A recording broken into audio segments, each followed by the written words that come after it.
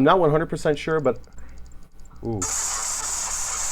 You can't make this stuff up. I have here a new 3DS XL where no inputs work, whether it's the touchscreen or any of the buttons. As for testing, we already swapped out this daughter board as well as the C stick, the regular stick, the touchscreen itself, and the game cart reader with the D-pad board attached to it. We did also swap the board into a new frame just to try it and just to see if there was going to be any issues, and there was. No touch, no buttons, presses, nothing would register on the unit. After reading a couple of posts on GBA Temp, one user recommended replacing this Texas Instruments chip. I have one from a donor board. Let's go ahead and pull it, reball it, and put it on the board and see if it fixes it. This is the chip in question. The user on GBA Temp actually said that this chip is like an audio encoder, but it also takes touchscreen input. So I'm wondering if there is an issue regarding the touchscreen or something like that, but I don't think it's the touchscreen itself because obviously we swapped it into a new frame, same thing. Also replace the touchscreen, same exact thing. I think our best chance at fixing this thing is replacing this chip, so let's chase the fix. Because this chip is so close to this little connector right here, we're gonna put a piece of metal on top, so a lot of that heat is just going to get absorbed into the metal rather than the plastic connector. All right, let's reflow this chip. Okay, perfect. Clean removal. Now let's take our soldering iron and add some leaded solder to this area to mix with the lead free, and that will lower the overall melting temperature of the solder and will make it easy for us to wick away. Now let's clean up all this old flux. Perfect. Now the board is ready for our new chip. Okay, now let's remove our donor chip. Now it does look like this chip is a completely different chip, like different numbers on it, everything, different manufacturer, but it's more than likely electronically the exact same chip, so I'm not even going to worry about that. All right, perfect. And beautiful removal too. All right, let's go ahead and clean this chip. Satisfying watching the solder suck up into the braid. Looks good to me. Clean the IC of any debris and nastiness from the flux. After 20 minutes of searching, we finally found a stencil. All right, let's spread the paste. Now let's come with a Q-tip and isopropyl alcohol and do the world famous wipe. Boom, perfect. All right, let's hold the stencil down, bring in the heat.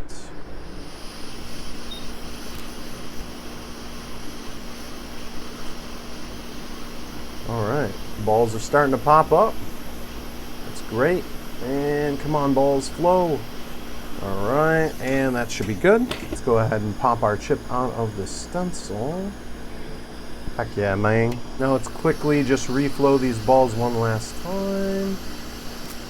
Perfect, those are great. Now our chip is ready for our board. Okay, let's add a little bit of flux here. Then we have to line up this, which is pin number 1, the triangle right here.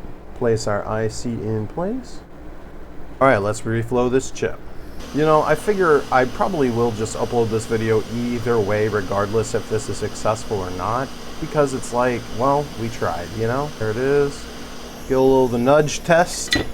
Boom, we got the chip installed. And just double checking, our connector looks mint and perfectly fine. We're good to rock and roll. We just have to let this cool and put it in the case and try it. All right, we have it back together enough to test. Let's see if it turns on. Okay, it turns on. It's good. Do we have post? Do we have boot? Do we see the OS? We do. We haven't tested anything yet. Dude, it fixed it. No freaking way. Man, is that exciting. We have the D-pad working. We have the ABXY working. We have the touchscreen completely working. A lot of people were saying that there was going to be an issue with the touchscreen, like a piece of dust, like permanently pressing the screen, and that was the issue. But it looks like it was a failed touch chip that was probably maybe internally shorted or something like that. Maybe it had cracked solder joints and was not allowing it to work. I'm not 100% sure, but ooh. You can't make this stuff up. Now the DS is doing some really random stuff. Oh man, I guess that was a fail, huh? So I guess it kind of worked. It looks like it's probably an issue with either the chip itself, but more or less I think it's an issue with the board itself. There's got to be an issue somewhere else. To be honest, when it comes to 3DS issues like this, there isn't much to go off of. That's why we don't usually work on them too often, but I figured in this case, let's take it in, we'll take a look at it and see if there's something we can do. If you'd like to see me reball the CPU on a 3DS XL, you can check out the video right here. Next time, let's chase the fix.